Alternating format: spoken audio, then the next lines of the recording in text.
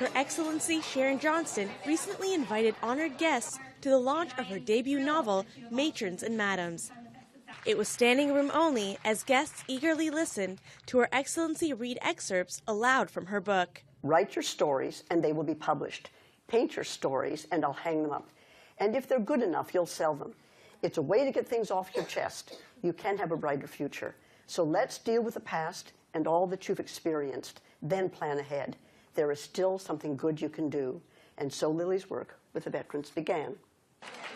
The event was hosted by CPAC's own Catherine Clark, who took the opportunity to ask Her Excellency questions about the novel. It's quite remarkable, the fact that you have kept taking it out of the drawer, and despite all of the other commitments in your life, you're here now, and it is in fact a published work. The book recounts the struggles of veterans adjusting to life in Canada after the Great War. I discovered history, family history, and these 12 letters of commendation for my grandmother, extolling her virtues as the lady superintendent of the hospital.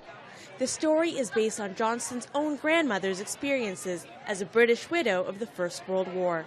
Well, it wasn't a vindication for my grandmother, but as I got into the social history after the Great War and before the Great Depression, and we'd had the pandemic of flu, the public health issues, the social history, this experiment of having a segregated area in Lethbridge where prostitution would be sort of managed and controlled, it was fascinating. This was, in our history, this was one of the most, I think, innovative times. People were really trying to figure out how were they going to run society.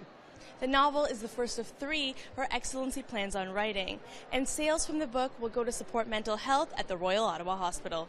The second book will take place during the Second World War, and the third will encompass the 1960s and 70s. After the reading, Her Excellency took the time to sign copies of the novel for her guests.